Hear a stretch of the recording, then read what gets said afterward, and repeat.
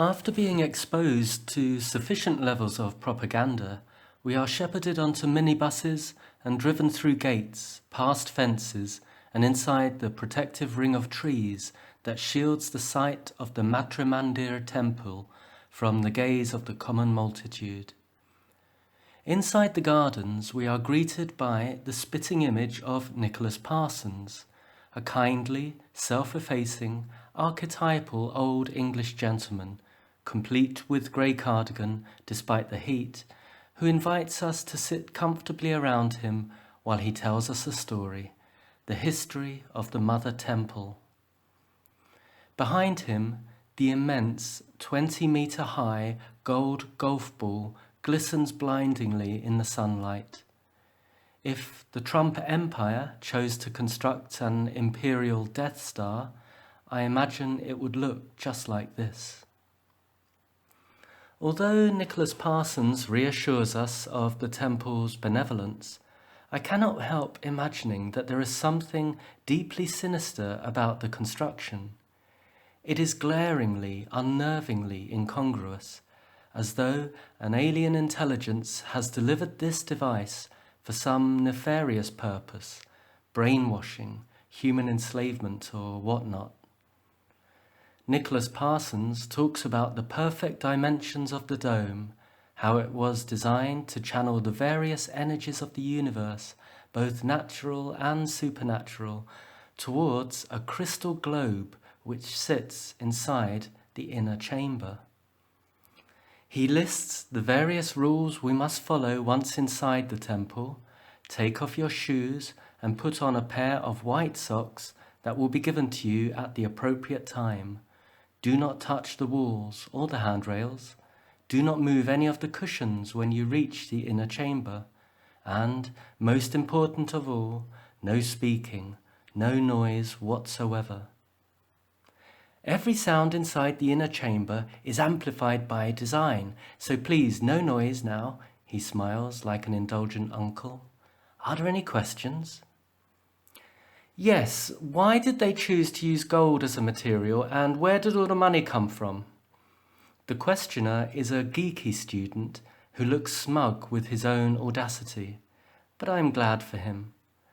I just hope he still has the capacity to ask questions when they finish with him inside the inner chamber. Are there any questions about how to behave within the Matrimandir? Replies Nicholas Parsons, deflecting the question and shaking his head as though lamenting kids. Without more ado, he leads us through the gardens and down to a tiled courtyard that sits beneath the underbelly of the globe. Here we are requested to take off our shoes. 4 vast concrete pillars hold the gold temple aloft. The weight of its presence hangs palpably over our heads. We sit in a circle around a concave fountain. Water seeps from holes near our feet, trickles down the inverted fountain and gathers around a glass ball in the center. Again, I cannot shake the impression that something is being done to us. After some time spent experiencing this fountain, we are led up a staircase inside one of the pillars and into the interior of the Mother Temple. Here, the honeycombed walls of the globe emit a soft, womb-like orange glow, and the heat is as oppressive as the silence. Attendants with ethereal smiles, dressed entirely in white, appear from the walls, present each of us with a pair of white socks, and mutely indicate the path we are to take. 2 walkways spiral like a double helix around the inside of the dome and curve upwards to the inner chamber in the ceiling. Just looking at the walkways, I can feel the panic rising. I wait for others to pass by so I can be the last in line and turn back if the experience becomes too oppressive. But there are still dozens of visitors putting on their socks, and the angelic attendants are gesturing impatiently for me to take the ascent. Already my heart is pounding. I have no choice but to follow. At first, the ramp rises gently, and I think I can do this. I keep my eyes on the white socks of the woman in front and concentrate on breathing, counting to 10 and starting again, although I think diazepam would be more effective.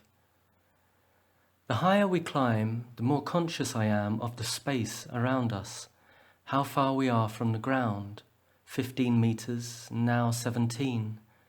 I consider pushing past the slow-moving woman in front, but the walkway is narrow enough for only one person at a time.